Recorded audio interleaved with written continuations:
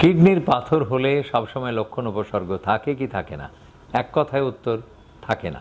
বেশিরভাগ সময় কিডনির পাথর অ্যাসিমটোমেটিক বা ব্যথাবিহীনভাবে দেহের মধ্যে বসবাস করে। তারপরে কোনো কারণে আপনি আল্ট্রাসনোগ্রাম করতে গেলেন, এক্স রে করতে গেলেন, তখন ধরা পড়ে যে আপনার কিডনির ভেতরে বড় সড়ো একটা পাথর বসবাস করছে এবং কিডনিকে হয়তো অনেকাংশে ক্ষতিই করে ফেলেছে।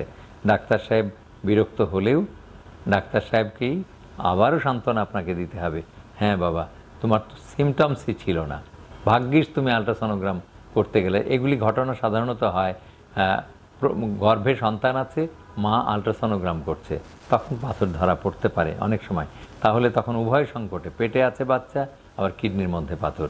ভয় নেই, পাথরটা থাক, পরে আমরা চিকিৎসা করব। আগে আপনার সন্তানের যত্ন নিন, সন্তানকে পৃথিবীতে আনুন সুস্থ সবল করে, তারপরে আমাদের কাছে আসুন, তারপরে আমরা কিডনির পাথর বের করে দেব।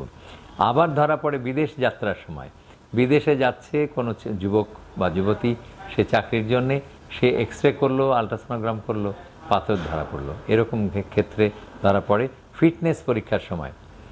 আর অন্য কারণে পেটে ব্যথা হয়েছে, কোনো কারণে পেটে ব্যথা হয়েছে, দেখা গেল যে তার কিডনির মধ্যে পাথর বসে আছে।